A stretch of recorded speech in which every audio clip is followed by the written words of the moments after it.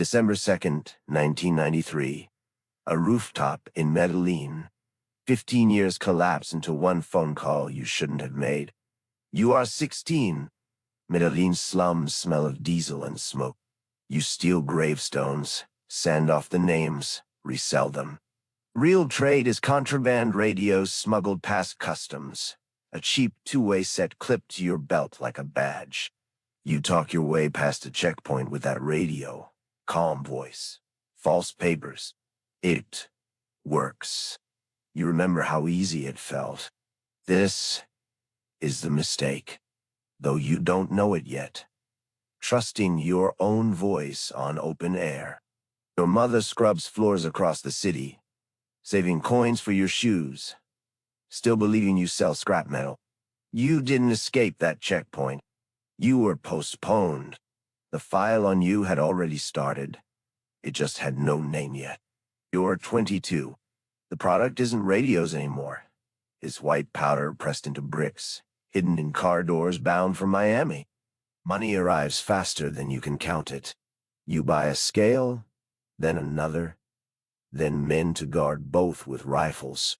A DEA analyst in Bogota opens a folder with your name in it for the first time. Just a name. You don't feel watched. You feel invincible.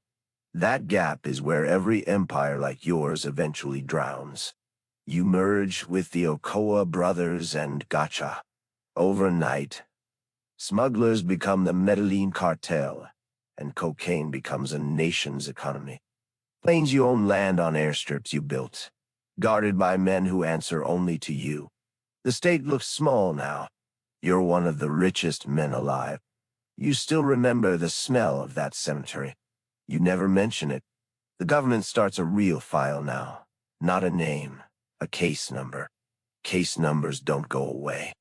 Your mother still rides the bus to church every Sunday, older now, wearing a gold chain, telling no one where it came from. You build a neighborhood from nothing, 400 houses with real roofs. Papers call you a bandit. Locals call you Don Pablo. You win a seat in Congress as an alternate, wear a suit for cameras, shake hands with men who will later hunt you. A journalist calls you a narco trafficker on live television. You have him killed within the month. The suit doesn't fit anymore. Justice Minister pushes an extradition treaty with the US one law you realize that money can't buy you out of. You declare war on extradition itself. Better a grave in Colombia than a cell in the US becomes more than a slogan. Teenage boys on motorcycles earn bounties for dead police officers. You didn't invent the war, but you priced it by the head. A justi torto die. Prosecutors die tortcutting. The state keeps building its case anyway. One dead official's unfinished file passed to the next. You sleep in a different house every night now. Your own wealth has made you a fugitive in the city you used to own. Bloc de búsqueda. The search block. Forms.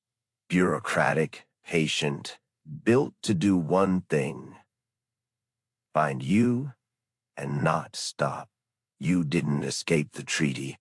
You were postponed. A filing cabinet grew one drawer heavier, and it never got lighter again. You order the bombing of Avianca Flight 203 to kill one informant aboard. 107 people die with him. You bomb Das headquarters in Bogota. Half a block collapses. The message is simple. The state bleeds if it touches you. You have candidate Luis Carlos Galan assassinated at a rally. The country understands. This isn't a cartel problem anymore. It's a war. Every bomb buys headlines and shortens your future by the same measure. You're negotiating now, in the only language left. Your mother stops answering her phone. Bodyguards move into her apartment. She hasn't chosen this life, but she serves your sentence early.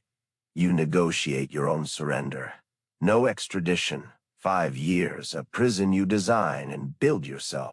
You call it La Catedral. Inside, there's a soccer field, a waterfall, a bar. You run the cartel by phone from a prison built to look like surrender. Your mother waits in the visitation line, older now, a basket in her arms, checked twice before they let her through. The government realizes La Catedral isn't punishment. It's a headquarters with better security. They plan to move you by force. Word reaches you an hour before the transfer team arrives. You built this place with 2 exits. One for guests, one for you. You walk out of your own prison into the hills, past the fence you had built too low on the side that mattered. Now the manhunt is real. Helicopters, informants, a joint task force with American advisors. Patience becomes relentlessness instead. Your empire shrinks to a few safe houses and fewer trusted men.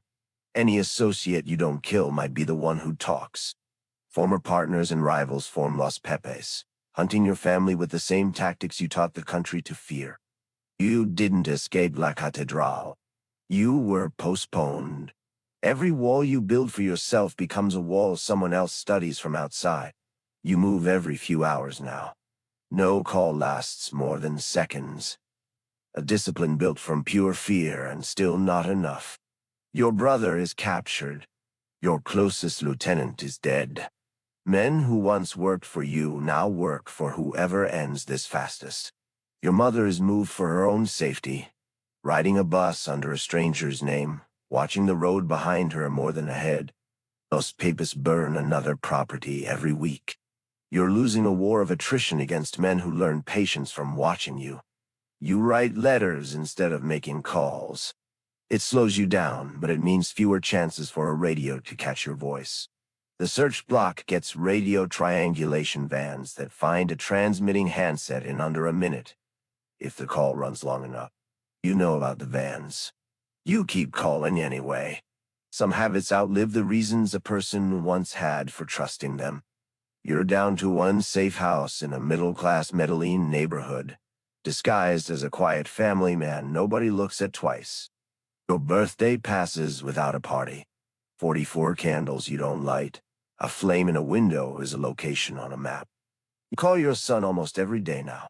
It's the one comfort you refuse to postpone, even knowing exactly what it costs you.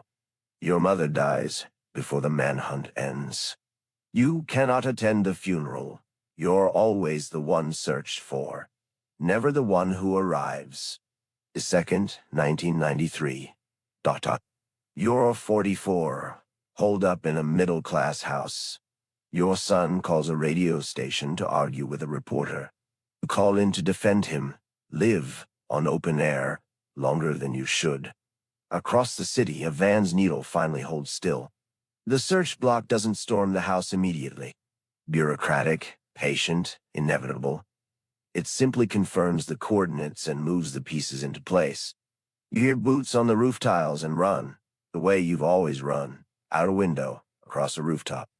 This is the same rooftop from the beginning of this story. You just didn't know it was already waiting for you.